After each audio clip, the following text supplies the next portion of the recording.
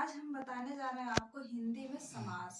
समास किसे कहते हैं और समास का अर्थ क्या होता है, समास के कितने भेद होते हैं। तो आइए देखिए समास। समास का शाब्दिक अर्थ क्या होता है। जैसे आपसे कोई पूछ लिया कि समास का शाब्दिक अर्थ, तो आप बताएंगे संक्षिप्तीकरण या छोटा रूप। संक्षिप्तीकरण,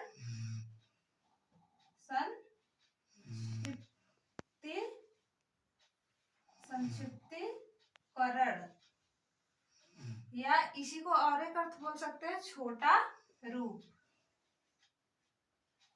छोटा रूप यानी कि हमारे समास का अर्थ हुआ संक्षिप्तीकरण, यानी कि संक्षिप्त कर देना, छोटा कर देना।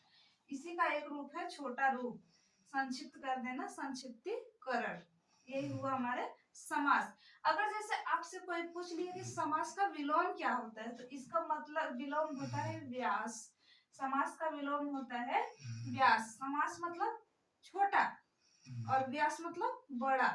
तो समास हिंदी में समास के कितने भेद होते हैं। हिंदी में समास के 6 भेद होते हैं। समास के हिंदी में 6 भेद होते हैं। पहला होता है अव्ययी।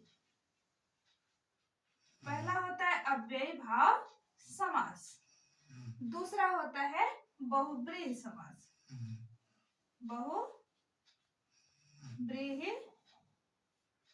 समास। तीसरा होता है कर्मधारय समास।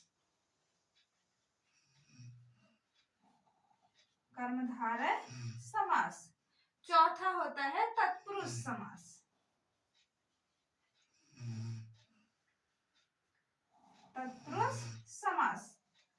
और पांचवा होता है द्वंद्व समास।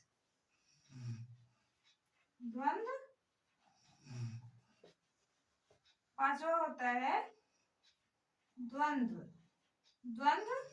समास। और छठा होता है हमारा द्विगु समास।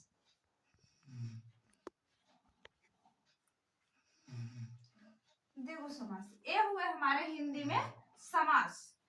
जैसे अगर आपको इन समास को पहचानने की आवश्यकता हो तो आप कैसे पहचाने। अव्ययी भाव समास। अव्ययी भाव समास सदैव अव्यय से जुड़ा होता है।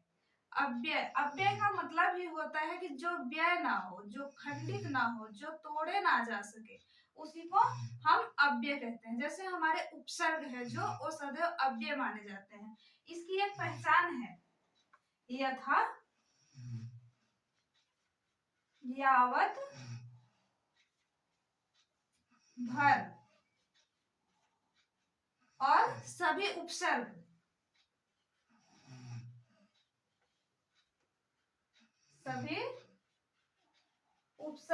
ये हमारे अव्ययी भाव समास में आते हैं। जैसे अगर आप इसका उदाहरण समझें तो हो गया भरपेट।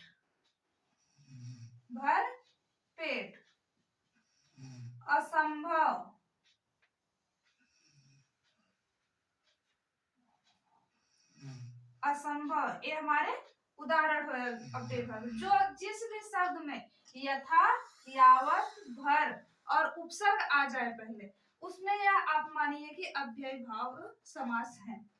फिर बहुब्रीहि समास की पहचान होती है सदैव, यह हमेशा तीसरे शब्दों की ओर इसका अर्थ प्रकट होता है। जैसे हम कहते हैं गजानन।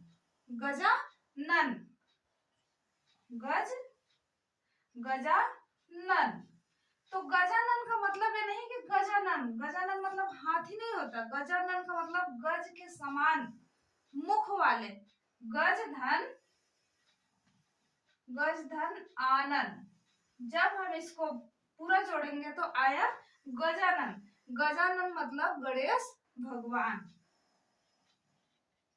गणेश भगवान, इसका अर्थ हो गया। तो हमेशा ये जो है तीसरे भाव की तरफ प्रकट हो रहा है इसका अर्थ, इसीलिए ये बहुब्रीहि समास। कर्मधारय समास में सदैव विशेषण होता है। विशेषण होता है। जैसे होता है कमल नयन। रहा है। नयन, नयन अर्थात किसके समान है? कमल के समान। कमल के समान क्या है? नयन है। तो यह विशेषण हो गया। तत्पुरुष समास में सदैव तत्पुरुष समास में सदैव कारक चिन्हों का प्रयोग किया जाता है। कारक चिन्हों का प्रयोग किया जाता है, जैसे कर्ता कारक हो गया, कर्म कारक हो गया, करण कारक हो गया, संप्रदान कारक हो गया, ये सब सदैव तत्पुरुष समास में आते हैं। जैसे राजपुत्र, अब इसको हम तोड़ेंगे अगर तो हो जाएगा राजा का पुत्र। तो अब हमारा क जो है वह किस विभक्ति में आ रहा है? क हमारा आ रहा संबंध कारक में, षष्ठी विभक्ति में। इसीलिए हम इसको क षष्ठी तत्पुरुष बोल सकते हैं इस समास को।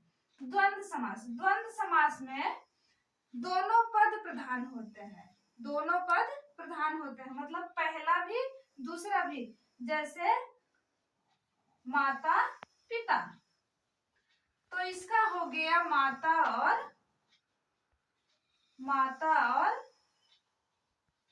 पिता, ये दोनों पद प्रधान हुए। लेकिन द्वंद्व समास की एक और पहचान है, सदैव बीच में लाघव, सदैव बीच में योजक चिन्ह का प्रयोग होता है। जिस शब्द में योजक चिन्ह दिखाई दे उसमें यह मान के चलिए कि द्वंद्व समास है।